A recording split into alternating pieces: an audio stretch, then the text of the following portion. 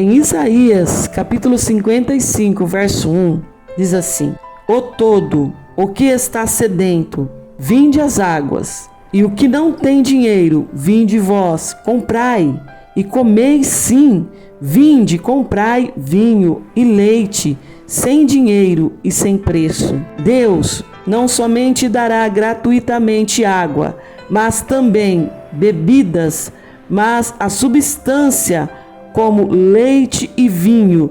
Essas bebidas representam o sustento espiritual e o sustento físico. Verso 2 diz assim: Por que razão gastai dinheiro naquilo que não é pão, e o seu trabalho naquilo que não o satisfaz? Escutai-me diligentemente e comei aquilo que é bom, e permite que as vossas almas deleite-se com a gordura. O povo de Deus não estava aceitando a oferta gratuita de salvação, representada pela água. Para o sedento, as pessoas gastavam seus recursos com coisas que não traziam satisfação para a alma. No verso 3 diz assim: Inclinai vossos ouvidos e vinde a mim, e ouve, a vossa alma viverá. E eu farei um pacto eterno convosco, as infalíveis misericórdias de Davi. As infalíveis misericórdias de Davi é encontrada segundo Samuel, capítulo 7.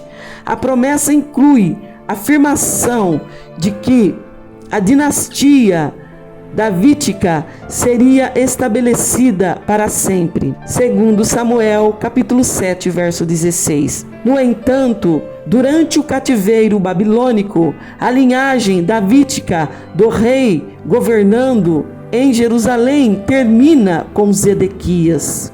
O Novo Testamento entendeu que a promessa incondicional se cumpriu em Jesus Cristo, um descendente de Deus. No verso 4 de Isaías 55 diz assim: Eis que eu tenho dado por um testemunho para os povos, um líder e comandante para os povos. E eis que tu chamarás uma nação que tu não conheces, e nações que não te conhecem, a ti correrão por causa do Senhor teu Deus, e pelo Santo de Israel, porque ele tem te glorificado. Verso 5.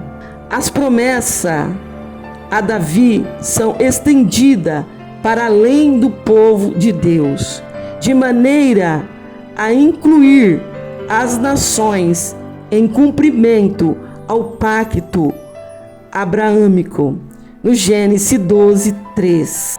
Ela prevê um tempo em que as nações virão ao povo de Deus. O verso 6 diz assim: Buscai vós ao Criador, enquanto ele pode ser encontrado, invocai enquanto ele está próximo. O chamado ao arrependimento possui um tom de urgência. Uma pessoa deve se arrepender antes que Deus retire sua presença e dê início à sua obra de julgamento. Isaías, no capítulo 55, no verso 7, diz assim: Deixe que o perverso abandone o seu caminho e o homem injusto seus pensamentos, e permita a retornar para o Criador, e ele terá misericórdia dele e para nosso Deus, porque ele abundantemente o perdoará. Verso 8: Porque os meus pensamentos não são os vossos pensamentos, nem são os vossos caminhos, os meus caminhos, diz o Criador. No verso 9: Porque como os céus são mais altos do que a terra, deste modo são os meus caminhos mais altos do que os vossos caminhos, e os meus pensamentos do que os vossos pensamentos. Deus está muito acima da humanidade em pensamento, em ação.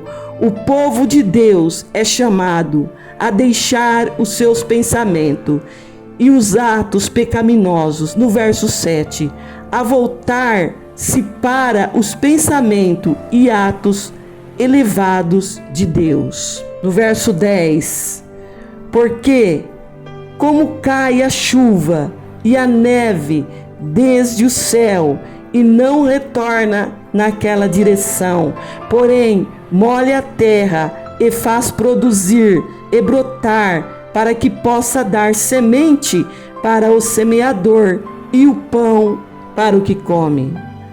No verso 11, assim será a minha palavra que sai da minha boca, ela não retornará para mim vazia, porém ela fará acontecer aquilo que eu desejo, e ela prosperará na coisa para o qual eu enviei.